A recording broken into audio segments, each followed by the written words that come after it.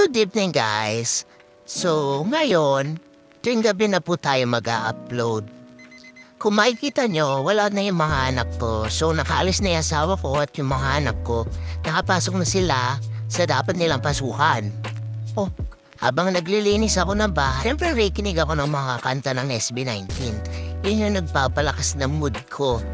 Tapos nahingiwan ako ng kanin kasi bumili siya ng Milo, lamin niya nga daw. Tapos ipapakita mo pala sa inyo yung mga tanim ng lolo ko. Napakaraming ampalaya, ayan sobrang dami.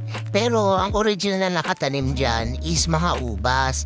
Sa sobrang tagal na mamuha ng ubas, nagtanim na muna si tatay ng ampalaya. Marami na nga kaming napitas na ampalaya at yun na rin yung inulam namin kasama nung itlog na nauuwa sa likod. So diba may pangulam na? So hanggang dito na lang po yung vlog ko. Bye!